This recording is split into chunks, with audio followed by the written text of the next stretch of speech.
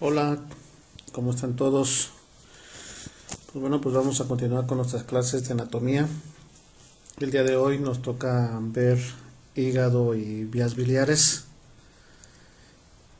La clase pasada nos quedamos en intestino grueso. Y lo primero que siempre hemos visto nosotros pues es definición. En este caso pues ya saben que es un órgano es un órgano anexo del aparato digestivo que se encuentra localizado en el cuadrante superior del lado derecho y una pequeña porción en el lado izquierdo. En el caso de sus funciones pues tiene múltiples funciones, no predomina una sobre la otra, que ya en su momento pues lo veremos en fisiología. De su localización, ya sabemos que es un órgano intraabdominal. Sabemos que todo lo que está por arriba del diafragma es tórax y todo lo que está por debajo del diafragma es abdomen. Entonces en este caso es un órgano intraabdominal. Si hablamos en cuadrantes, pues se va a encontrar principalmente en el hipocondrio derecho. Una pequeña parte a veces alcanza el flanco derecho. Se va a encontrar en el epigastrio y una pequeña porción alcanza a llegar hasta el hipocondrio izquierdo. Normalmente casi todo está cubierto por, si recuerdan, el diafragma tenía una forma de una cúpula, entonces el hígado se mete en esa cúpula. Normalmente va desde la quinta costilla, aquí a este nivel, termina acá alrededor de la 10ª costilla, en el caso del lado derecho, y en el caso del lado izquierdo, a este nivel va a terminar como en la 6ª costilla. Entonces tiene sus proyecciones dependiendo si lo vemos por la cara anterior o si lo vemos un poquito por la cara posterior, ¿sí? O si lo vemos acostado. Vean cómo aquí acostado está la quinta costilla y por acá abajo va a estar la 10ª, 11ª costilla. De su localización exacta vamos a ver conforme vamos a ir viendo las relaciones que tiene el hígado conforme vayamos viendo sus caras, para no perdernos mucho, porque tiene muchas relaciones dependiendo si lo vemos por la parte de arriba o por la parte de abajo. Entonces, para no perdernos, vamos a ir ubicándolo conforme vayamos viéndolo. De generalidades, ya sabemos que el hígado pues, es homogéneo, liso. Normalmente es un color rojo oscuro o ominoso, que tiene mucha cantidad de sangre. Es de consistencia firme. Pesa un aproximado de 1,5 kg, 1500 gramos. Y las medidas son un poquito variables, pero en términos genéricos, de lo ancho anda alrededor de 25-26 centímetros. De lo alto, en el lóbulo derecho anda alrededor de 15 centímetros. En el lado izquierdo oscila alrededor de 7 centímetros. Y de antero posterior anda sobre los 8 centímetros aproximadamente. Se dice que es el órgano más pesado del cuerpo humano, de tal manera que tiene que tener unos medios de fijación muy importantes, pues para que pueda sostener ese peso. De las caras, normalmente varía un poco dependiendo del libro que encuentren, pero van a encontrar que hay una cara superior y una cara inferior. La cara superior, por estar en contacto con el diafragma, normalmente le llamamos cara diafragmática. Esta cara superior o diafragmática, algunos libros comentan que tiene como dos porciones, una parte anterior, que sería esta, antero superior, y una cara postero superior. Pero bueno, finalmente es una cara superior, una cara inferior o visceral. Aprovechamos la imagen, normalmente la cara superior o antero superior va a estar dividido por un ligamento que se llama ligamento falciforme. Este ligamento falciforme va a dividir al hígado en dos porciones, normalmente está en la línea media. Entonces va a dividir al hígado en un lóbulo del lado derecho y un lóbulo del lado izquierdo. Son 2/3 partes corresponden al lóbulo derecho y una tercera parte corresponde al lóbulo izquierdo. Esto va a estar fijo a la pared abdominal, va a estar fijo a pared abdominal, va a estar fijo al diafragma, que aquí se continúa, y después hacia la parte de atrás se va a continuar en un ligamento que se llama ligamento coronario, porque le da la vuelta al hígado, y los ángulos de ese ligamento coronario son los ligamentos triangulares, derecho e izquierdo. Entonces, si yo quiero saber cuáles son los lóbulos del hígado por su cara superior, yo diría son dos, lóbulo derecho y lóbulo izquierdo. Es distinto para cada cara.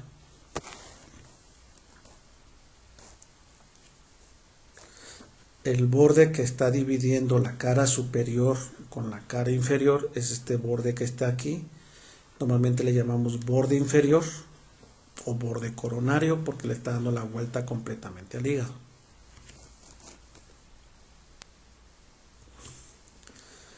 Aquí estoy viendo lo que corresponde a la misma cara superior, pero por su vista posterior, es decir, su cara póstero superior. Volvemos a ver el ligamento falciforme, vemos parte de lo que es el lóbulo izquierdo, vemos el lóbulo derecho. Este es el ligamento que les comenté del ligamento coronario, todo este que viene aquí, que es una especie de corona, y en las esquinas tiene el ligamento triangular. Normalmente el hígado está recubierto por peritoneo, entonces vean cómo en la parte de atrás hay una área, le llaman aquí área desnuda porque no contiene peritoneo. ¿Okay? Y esto es lo que corresponde al lóbulo, a la cara superior. ¿Sí? Aquí quitamos el hígado y vemos la proyección del peritoneo, cómo se adhiere al diafragma y a la pared posterior, y esta parte es la que no contiene peritoneo, la área desnuda que se comenta aquí.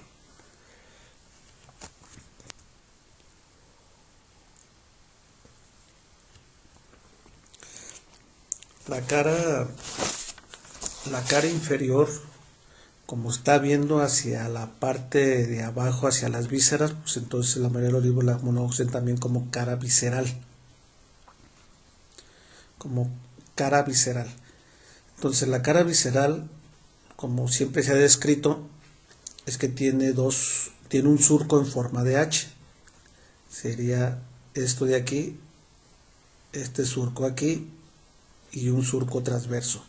Es decir, tiene un surco del lado derecho, un surco del lado izquierdo y un surco transversal. Entonces esto le llaman el surco en H. Este surco en H va a dividir al hígado en 4 porciones. Esta porción de aquí, que sería el lóbulo derecho del hígado. Esta porción de aquí, que sería el lóbulo izquierdo del hígado. Esta parte que está aquí, que sería el lóbulo cuadrado del hígado, un cuadrado, y esta parte que está aquí, que sería el lóbulo caudado. Acuérdense que cauda significa cola, ¿sí? Entonces es un lóbulo caudado. Entonces la cara inferior del hígado o cara visceral tiene 4 lóbulos: lóbulo derecho, lóbulo izquierdo, lóbulo cuadrado y lóbulo caudado. Esto sería el borde que les había comentado, el borde inferior o coronario. Esta sería la parte anterior y esto sería el borde posterior. Ahora, en el surco en H, en el surco del lado derecho, longitudinal del lado derecho, encontramos una fosa, que es la fosa de la vesícula biliar, donde se aloja la vesícula biliar. La vesícula biliar es un órgano independiente, es un órgano anexo independiente del hígado. Está pegado porque tiene fibras de peritoneo que lo unen al hígado, pero no pertenece propiamente al hígado. Entonces, si yo quito la vesícula, aquí me encuentro un surco, que es el surco o la impresión de la vesícula biliar. Continuando con el surco hacia atrás, me encuentro que en la parte posterior de este surco longitudinal del lado derecho está la vena, en este caso la vena cava inferior, ¿sí? La vena cava inferior. Del surco longitudinal del lado izquierdo, bueno, pues pertenece a lo que es un ligamento que se llama ligamento redondo. Venía de arriba venía el ligamento falciforme y se continúa con el ligamento redondo. Este ligamento redondo lo vamos a ver más adelante, pero es un ligamento que llega directamente llega hasta el ombligo. Y atrás tenemos el ligamento, tenemos el ligamento del conducto o el vestigio de lo que quedó del conducto venoso de Arancio. No sé si recuerden cuando vimos circulación fetal, dijimos que había una comunicación con el hígado, un conducto de Arancio, ¿sí? Entonces lo que queda de ese vestigio es precisamente el ligamento venoso de Arancio o ligamento de Arancio.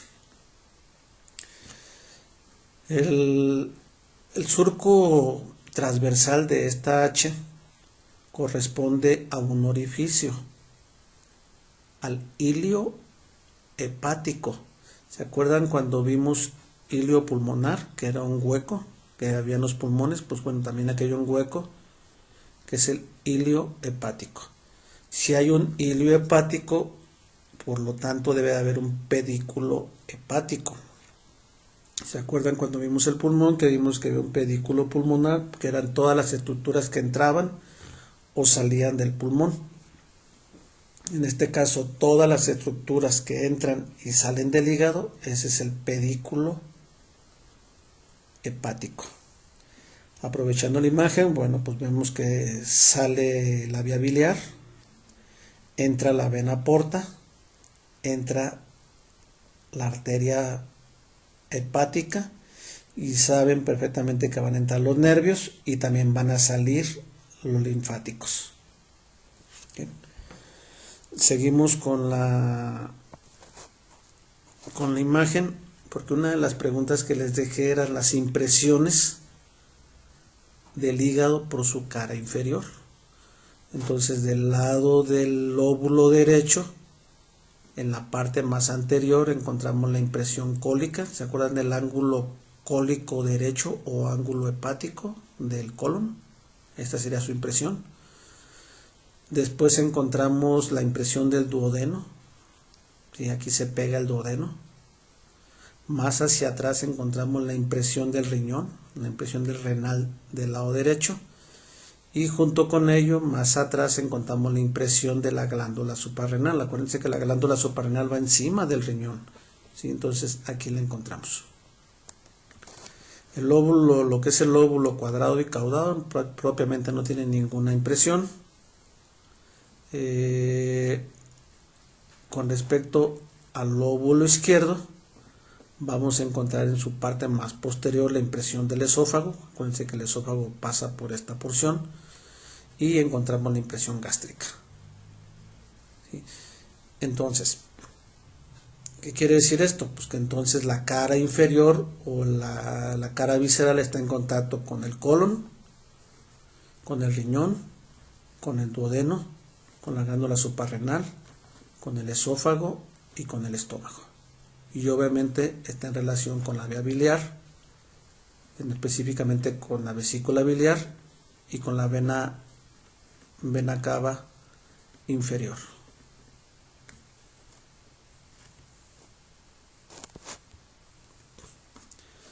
Aquí vemos el riñón, por acá está la glándula suprarrenal, aquí vemos el duodeno que se aloja en esta porción. Acuérdense que aquí el hígado está levantado para poder ver estas estructuras. está la vesícula biliar, el epiplón menor, que era peritoneo, que está uniendo la curvatura menor con el hígado. Vemos el esófago y vemos la impresión del estómago. En su cara superior está en contacto completamente con el diafragma, y a través del diafragma, pues aquí va a estar la pleura y el pulmón del lado derecho, luego va a estar el pericardio con el corazón y una pequeña porción de la pleura del lado izquierdo junto con el pulmón del lado izquierdo. Imagen muy similar: riñón, glándula suprarrenal, duodeno, vesícula biliar, la vía biliar junto con su pedículo hepático, el ligamento redondo, lóbulo izquierdo, lóbulo derecho, lóbulo cuadrado. Aquí el lóbulo caudado no se ve porque está recubierto por el epiplón menor o aumento menor, esófago y estómago. Esto ya saben que es el vaso. Lo ponen muy pegado aquí, pero no alcanza a estar en contacto directo con el hígado.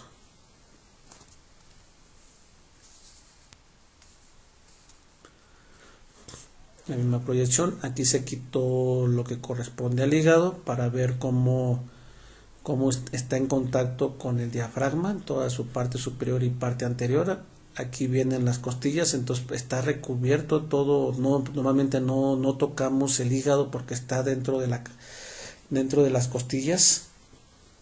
¿Sí? A veces en la persona muy delgada se puede tocar aquí a nivel del epigastrio y después se vuelve a meter al interior del abdomen, pero protegido por las costillas. Vean cómo está el riñón, la glándula suprarrenal, la vena cava inferior. Acá más abajo está la aorta. No alcanza a entrar en contacto directamente con la aorta porque entra más abajo hacia el tórax. Aquí está el esófago, aquí sí se alcanza a pegar al hígado, y pues bueno, por aquí está el estómago. ¿Sí? Más abajo del hígado pues encontramos el páncreas.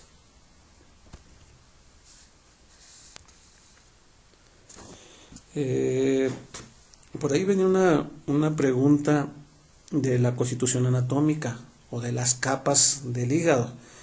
Tiene una capa externa de peritoneo que está recubriendo al hígado.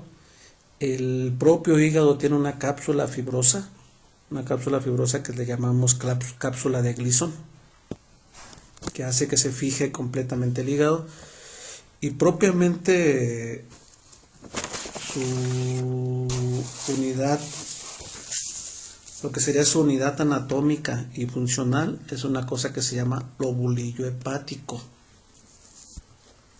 Los lobulillos hepáticos pues están formados por los hepatocitos. Cada uno de estos es una célula, es un hepatocito. Entonces estos hepatocitos forman una estructura hexagonal, y a esta estructura hexagonal llena de hepatocitos es lo que le conocemos como lobulillo hepático. Vean cómo entre las células hay pequeños conductos biliares, que los conductos biliares más pequeños se llaman canalículos biliares. Entonces vean cómo hay una red entre las células de canalículos biliares, es decir, los hepatocitos producen la bilis y la vierten directamente al canalículo biliar. Este canalículo biliar va a salir del hepatocito y se va a juntar pues en canalículos intralobulillares, es decir, entre los lobulillos hepáticos, para ir a desembocar pues a los conductos biliares, ¿sí? Cada vez más grandes.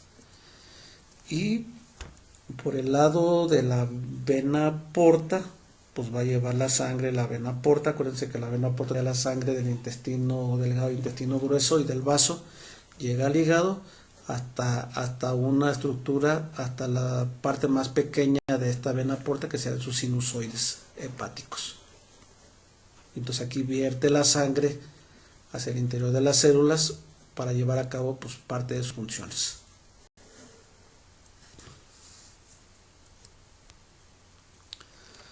un poquito ya más grande la imagen, porque la otra era más microscópico. Vemos los hepatocitos con sus lobulillos. En el interior vemos cómo va entrando la vena porta y se va dividiendo y se va metiendo entre los lobulillos hasta llegar a los sinusoides para vertir ahí la sangre. Y vemos cómo va saliendo la vía biliar, los conductos intrahepáticos, intralobulillares, hasta llegar a un conducto mayor, un conducto un poquito más grande, un conducto biliar. Y por otro lado vemos una vena, que es las venas hepáticas, que se van haciendo cada vez más grandes para salir del hígado.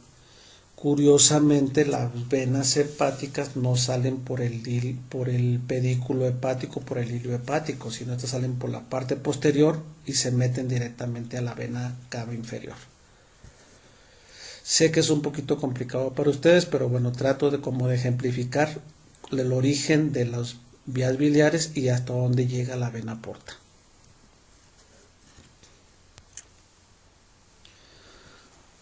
De lo microscópico que vimos en la imagen anterior pasamos a lo macroscópico. Entonces aquí ya viene la vía biliar, los canalículos biliares, los conductos biliares, y finalmente hay una vía biliar del lado derecho que viene del lóbulo derecho, y hay una vía biliar que viene del lóbulo izquierdo.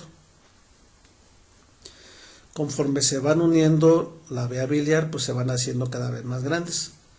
Y finalmente vienen vía biliar intrahepática, porque son las vías que traen las bilis dentro del hígado, y hay una vía biliar extrahepática. Normalmente de parte del hígado salen dos conductos biliares, conducto biliar del lado derecho y conducto biliar del lado izquierdo.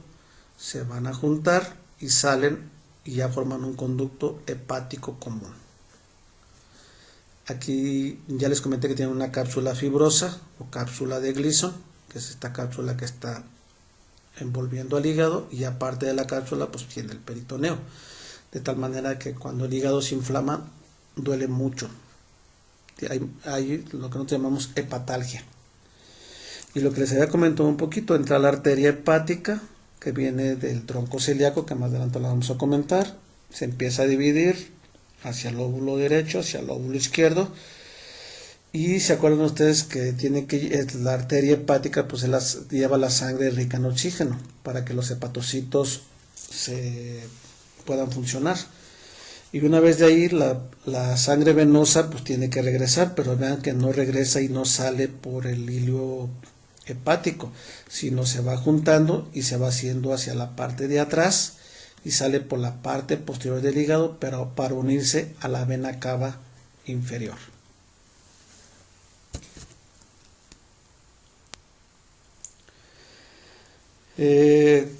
No se los dejé propiamente, pero bueno, siempre que se ve hígado se ve vía biliar. Vamos a hacer algunos pequeños comentarios nada más para que ubiquen cómo va la bilis.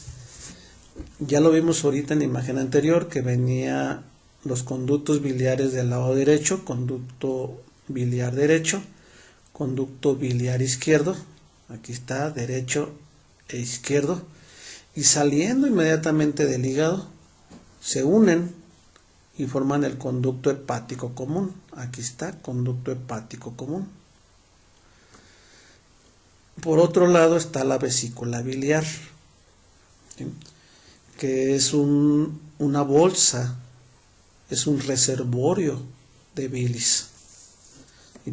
Normalmente se ve de manera independiente. Nosotros decimos que la vesícula biliar es una bolsa o reservorio para la bilis.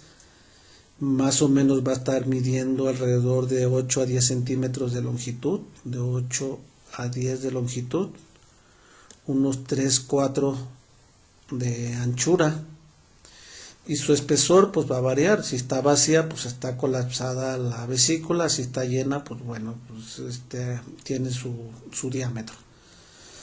Las porciones clásicas tienen un fondo de la vesícula biliar, tiene un cuerpo de la vesícula y tiene un cuello, ¿sí? Entonces la vesícula biliar tiene fondo, cuerpo y cuello. Y va a tener un conducto, el conducto de la vesícula biliar, que es este que está aquí o este que está aquí. Conducto de la vesícula biliar, mejor conocido como el conducto cístico, ¿sí? Conducto cístico.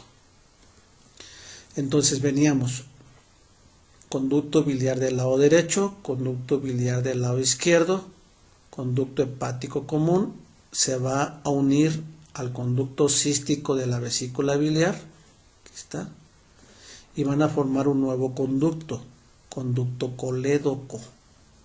Este conducto colédoco va a penetrar al páncreas y después se va a unir con el conducto pancreático principal, que ahora que veamos páncreas vamos a ver que se llama el Wirsung, con W. Entonces se une, viene conducto colédoco, conducto principal del páncreas o el Wirsung, se van a unir y van a formar una dilatación. Esa dilatación se llama ámpula o ampolla de Vater. Aquí está, ¿sí?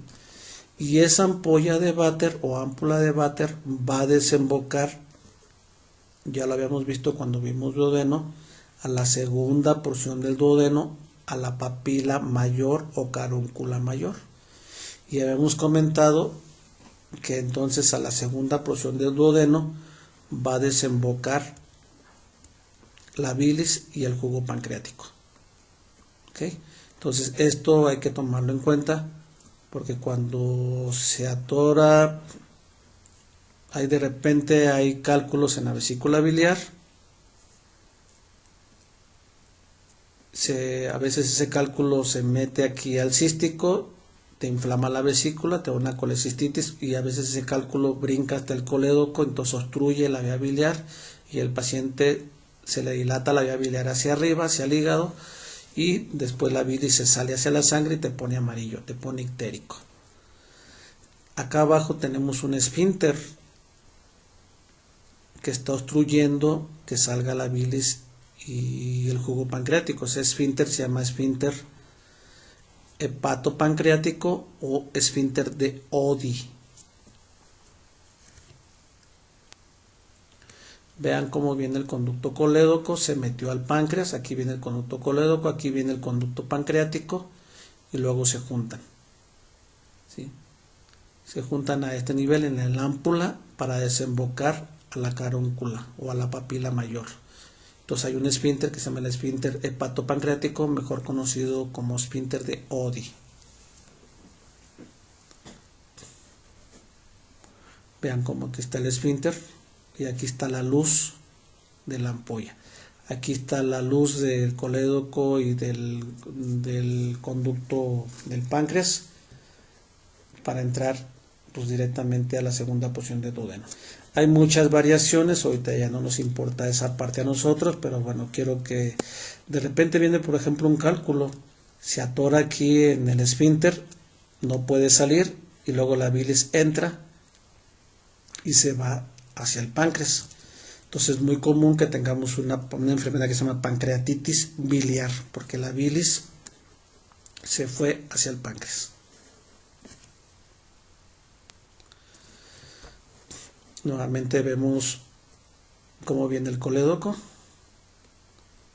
entró al páncreas, aquí viene, y luego se junta con el conducto pancreático principal o de Wilson, la ámpula de Vater, entran está el esfínter y después desembocan a la papila duodenal mayor o carúncula mayor. Vemos el páncreas por la parte de atrás y vemos cómo está su conducto principal, luego aquí el conducto accesorio, viene aquí el conducto, viene el colédoco, se juntan, ámpula de Vater y después el esfínter y desembocan al duodeno. No los quiero espantar, pero bueno, también el hígado se divide en lóbulos muy similares a los que vimos en el pulmón, pero aquí, a diferencia del pulmón, no tienen mucha importancia. a pesar de que va su conducto biliar, su arteria, etcétera. Si ustedes recuerdan, la vena sigue su trayecto completamente independiente, entonces no tiene mucha importancia. Es decir, no podemos quitar un segmento sin que en donde nos podamos llevar todas sus estructuras. Pero bueno, quiero que sepan que existen lóbulos, segmentos que para fines de nosotros no son importantes. Vesícula biliar, fondo, cuerpo, cuello, conducto cístico, conducto hepático derecho, izquierdo, conducto hepático común, colédoco y desemboca. Con esto esquematizamos arterias. Ya saben que está el tronco celíaco, que va a dar una arteria que era la hepática, ¿sí? Y entonces propiamente va a entrar la arteria hepática al hígado y pues se va a ir dividiendo. Vean cómo aquí la arteria hepática también da una arteria, la cística, que va directamente a la vesícula biliar. Entonces cuando nosotros vamos a quitar vesícula, forzosamente tengo que agregar la arteria cística. Y ya habíamos visto anteriormente que daban arterias para el páncreas y para el hígado. Perdón, para el duodeno y para el páncreas. Las venas, la vena porta ya la hemos visto varias veces. Está la mesentérica superior, la mesentérica inferior, la vena esplénica, se juntan, forman la vena porta y la vena porta llega directamente al hígado, hasta los hepatocitos. ¿Sí? Entonces, toda la sangre de intestino delgado y intestino grueso entran al hígado a desintoxicarse.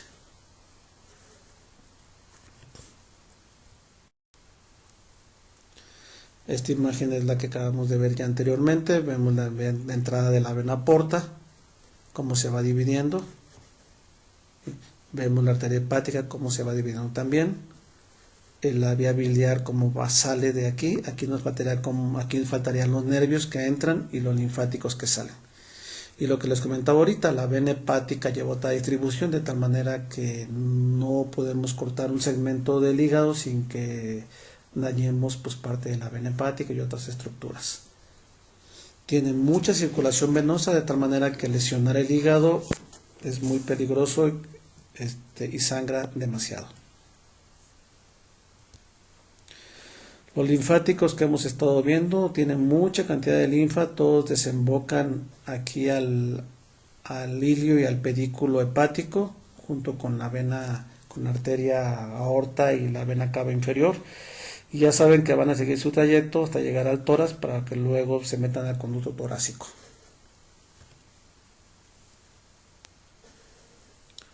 Aquí continuamos con los nervios. Ya sabemos que estaba el tronco celíaco y aquí veo un plexo celíaco, donde se juntaba la cadena ganglionar simpática, los nervios de la cadena ganglionar simpática, junto con los nervios vagos, derecho e izquierdo. Se unen aquí y entran directamente al hígado. Entonces el hígado pues ya tiene inervación simpática e inervación parasimpática. ¿Sí? Aparte de que el peritoneo tiene inervación somática, sensitiva. Por eso duele mucho. Vean los ganglios de la cadena ganglionar, desde el torácico 7, el 8, el 9, el 10, van a dar directamente raíces al plexo celíaco. Otra vez la vía biliar, con lo que ya habíamos comentado.